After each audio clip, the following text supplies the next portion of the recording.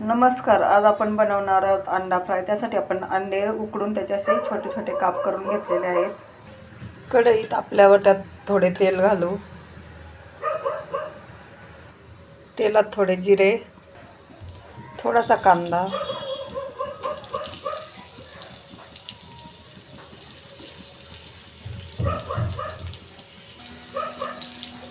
थोडे टोमॅटो.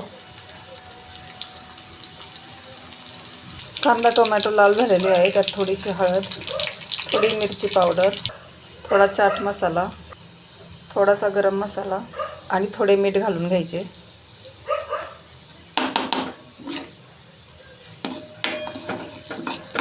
आता ही उकडलेली अंडी टाकून फ्राय करून घ्यायची.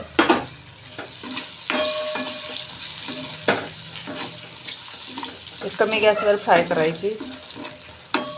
मुलांना एकाच प्रकारे उकडून अंडी खाऊन कंटाळा आला असेल तर अशी अंडी फ्राय करून द्यायची, म्हणजे मुलांना खूप आवडतात. थोडीशी कोथिंबीर घालून घ्यायची. अशी अंडा फ्राय रेसिपी नक्की करून पहा.